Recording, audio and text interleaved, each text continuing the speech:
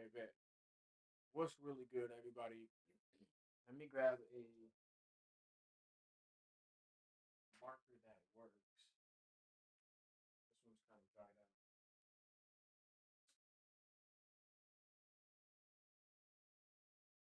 1 second.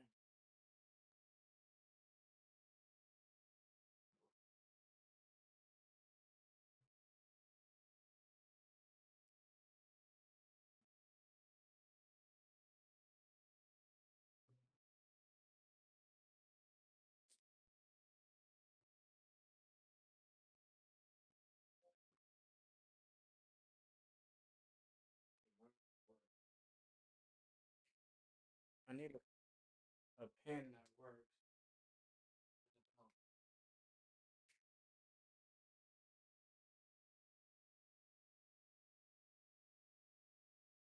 So we made two offers today. All right, look, I'm gonna go and do a quick.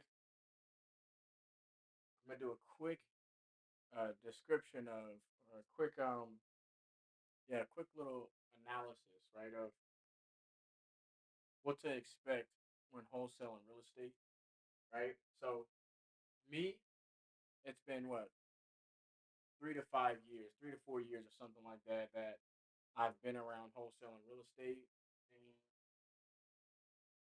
it's for like this. In 3 to 4 years, I mean, depending on what your goals are, you should have closed multiple deals. You should have made a lot of connections in the industry. You should have maybe even um, started up your own wholesaling operation, something to that extent. And the reality is, when I say you should, what I mean is, if you have the proper things in place, you have the proper knowledge, maybe you've built a business before, or maybe you had somebody showing you the ropes, or another thing, another factor is maybe you had the money, right? So then these things should have happened, right? These things should have come to fruition, the things that I just listed off. But if you're like me, where you're limited on capital, um, you don't know how to necessarily leverage relationships, or maybe even get people to invest into your vision. I mean, these are high level things, right? So let's talk about them, because if you're somebody who doesn't have some of these key things that can help you kind of fast track and get, to a point where you're actually making money. This is a business. You have um, a decent income yearly. Then uh, then something, you have to realize these things. So let's talk about. We're gonna talk about different avatars, different people, right, in different situations. So you're gonna have you're gonna have person A. Okay, you're gonna have person B, and you're gonna have person C. Okay. Now each one of these people is gonna have a different. Oh, you can't see C. I have this covered up because of the glare. Okay, and that light might be a little too bright. Okay, I want you to be able to see that person A. Let's just do person A and person B. It'll work this way as well. Okay. So now person A, let's go ahead and say that they are somebody who wanted to get involved in wholesaling real estate, and we're just going to go ahead and say that they have, let's say that they have somebody who introduced them, so um, they have a connection, right? They have a connection to somebody who's doing the business and has done deals, so they have a connection in the business, right? Two, let's say they have a little bit of capital, right, to be able to invest into their business. When I say a little bit of capital, let's just say $10,000, right? Um, and then let's just say they have a dream. Let's say what else? say they're 19 years old. I'm creating this avatar based off some stories I've heard in the past, people that I know in the business. Um, I'm kind of just creating this avatar, but I know young dudes, man, who are making money in the business, and so that's why I'm putting these things in here. So 19 years old, okay, and let's say they are just getting started, right? So let's say 3 months in. Now this person, on the other hand, let's go ahead and this person's going to be me, right? So let's go ahead and say I didn't have any connections in the business. What did I have? I had a dream. Okay. And this guy was going to he was in school, maybe had a job, like a part-time job, right? Part-time job. Okay, so me, I had a dream. I was, I had a job. I wasn't in school. I was, living by my, living with my family, or I had a dream. I had a job. I didn't have a connection. I didn't have $10,000 capital. Let's go ahead and say I'm 29. So let's go ahead and say what? Let's say I started when I was 25 years old. You know, um, when I started out, let's just say I was 3 months in, and that's it. So now let's talk about the reality of what to expect when you're wholesaling real estate. So hopefully you can see this. Now this guy has a couple things going for himself. One, he has a connection in the industry. Okay, why is that important? Man, you can't even see it. Well, that's a given. If he has a connection in the industry, he's got somebody that he can directly communicate with that can help him shortcut some of these things, right? I mean, this is huge. So, a scale of 1 to 10, on a scale of 1 to 5, how important are some of these things, right? So, let's go ahead and do a scale. One, two, three, four. Go ahead and say you can't see it.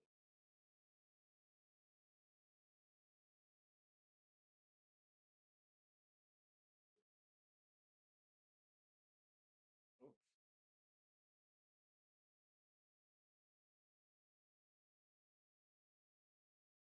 All right.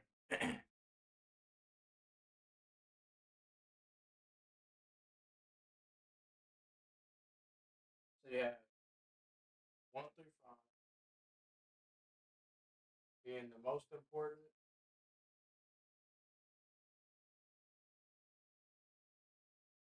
really important, and not important.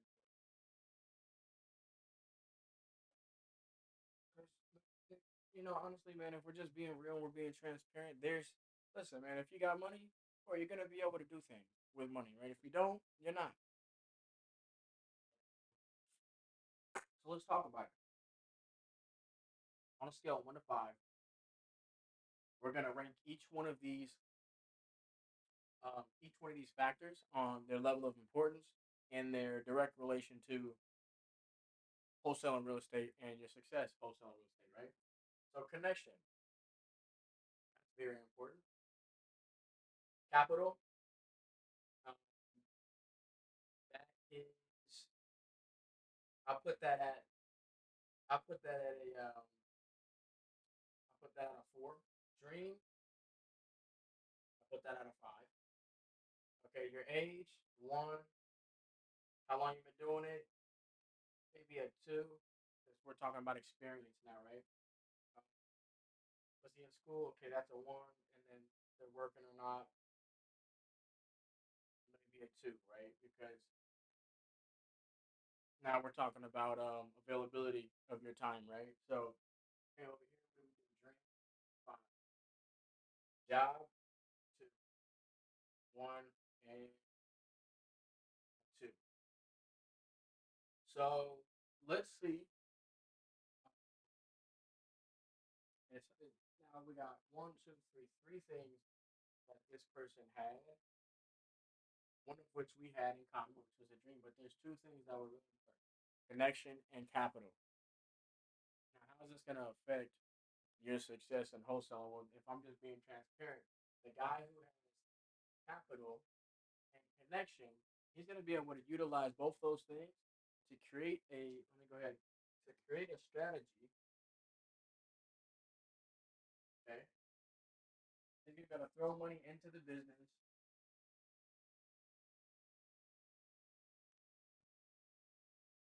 Now, I'm not doing this to complain. I'm not doing this to make excuses. I'm not doing this to um, cry about my situation or anything like that. But it's just a harsh reality. And I think people that are coming into the business as new wholesalers, it's important for them to understand this. And this is common knowledge, right? If somebody has money, they're gonna be able. Money allows you to do things, right? If someone has connections, connections allow you to do things. So that's obvious, right? And so same thing applies here, guys, because you're gonna be wondering, okay, look, I don't have a connection in the business, right? I don't have capital, right, to go ahead and um, buy leads and buy the software, right? I can't. I don't have $1,500 a month, $1,000 a month to throw at this business, and you know what I mean. Every single month, month after month, and then all I have to do is put in the work. I don't have that kind of money, right? Or I don't have that kind of. I don't have that resource. So you got. Where was I going with this? Now we're gonna talk about. Let's just talk about markers. What?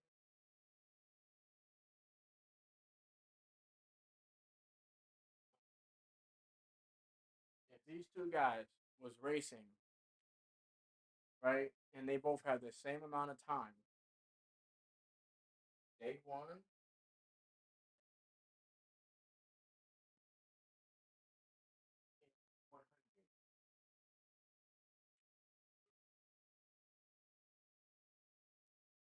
okay, and day 100, the goal was, 25,000.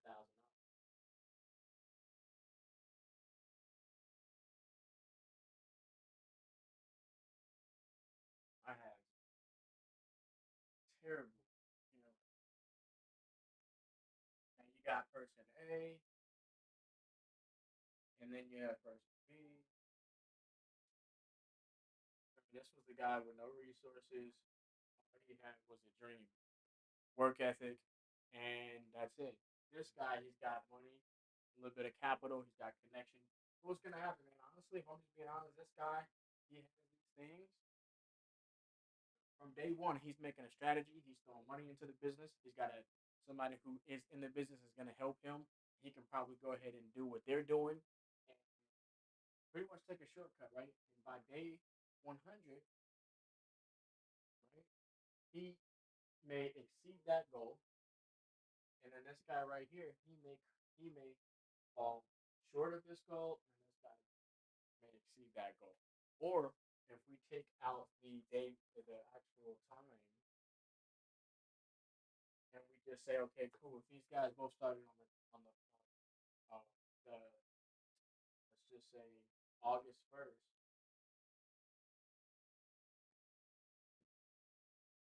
they both started August 1st. This guy, he's gonna be able to go further quicker, okay? And by the time you know August 30th comes, August 30th, this guy might have made $10,000. So his first 30 days, okay?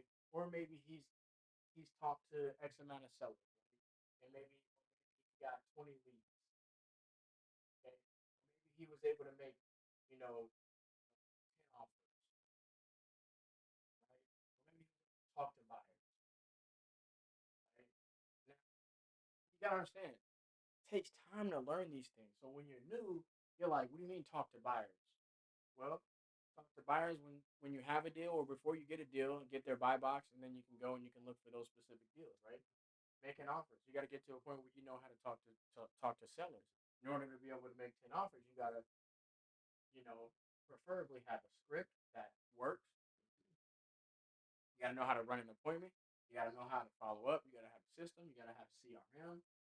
This guy who has the capital, he's going to be able to outsource some of these things, automate some of these things, um, and create time in his business and in his life so that he can focus on whatever it is he wants to focus on. This guy with no resources, he's going to take longer. So by August 30th, right, this guy may have only been able to build a list, right, call it, get maybe 5 to 7 leads, make one offer, learning his script, perfecting his script, attend some meetings, real estate meetings.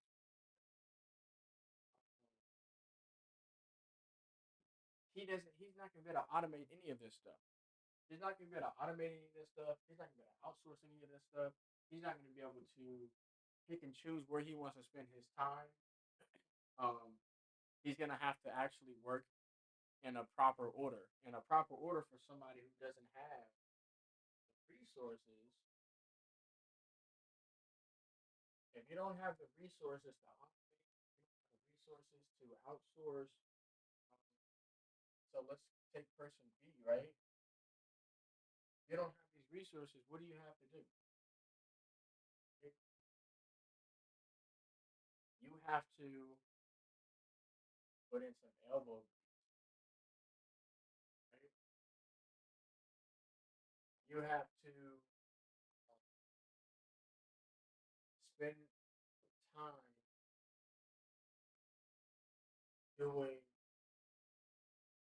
one or two things. That's it.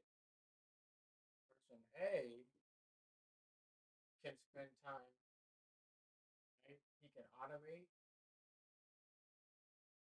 he can outsource, he can he can focus on one or two things,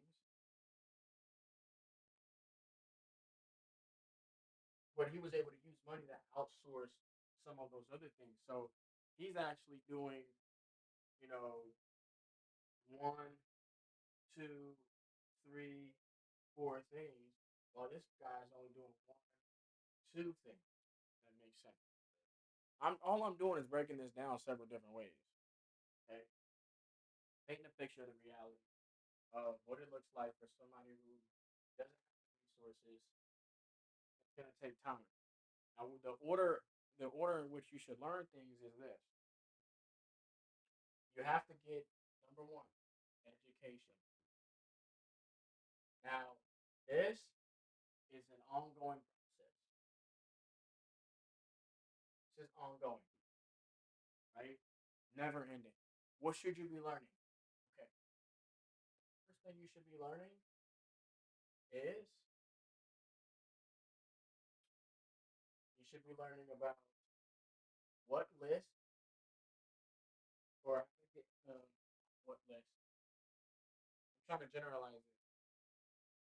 How are you going to get leads, right? What marketing channel? Marketing channel. Pick one. Marketing channel. Pick one. Okay. Once you pick a marketing channel, your education on how to talk to sellers.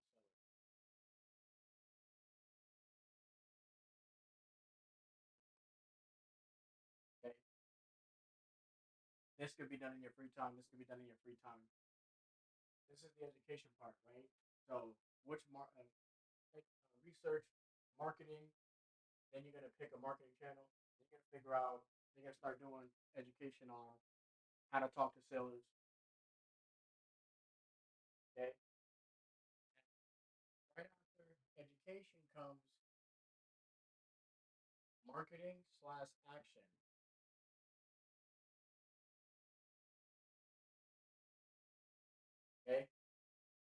So this is ongoing. It does not stop you from moving forward to taking action. So soon as you learn a couple of things about, okay, what kind of marketing am I doing? Texting? Am I gonna plan? Do I plan on calling? Do I plan on door knocking? Do I plan on putting up signs? Do I plan on um, utilizing social media somehow to look for people who want to sell houses? Do I go to Facebook Marketplace? Do I go to Zillow and look for sale by owners? Do I look for foreclosures and just make calls there? Do I work with realtors and just practice doing that? So marketing, there's several different marketing you can do. You're gonna pick one, maybe two. Okay. Remember, you're limited on your time. Then you're gonna learn how to talk to sellers, and you start practicing marketing and taking action. So now you're gonna start um, make not making calls, but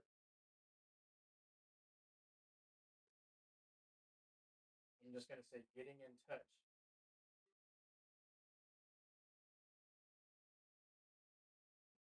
with sellers. Okay, getting in touch with sellers. That's it. That's gonna come in the form of how whatever marketing channel you chose. So it's texting, like I just mentioned, texting, calling, sending mail, ringless voicemail, all that. You know, there's several things that will happen during this phase. You're going to talk to people. You're going to make offers. You're going to get contracts. You're going to learn about contracts. And that goes back to education, right? Ongoing, right? So then, I end up learning about contracts. You know, how to talk to sellers, how to talk to buyers. So now you see, you start going back to the education. More items get added to that, and now you're going to be at step three, where let's say you get a property on a contract. Dispo. So this is acquisitions,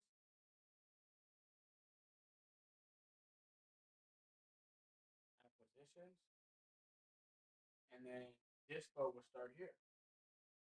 Number three. And it all starts over again. Education,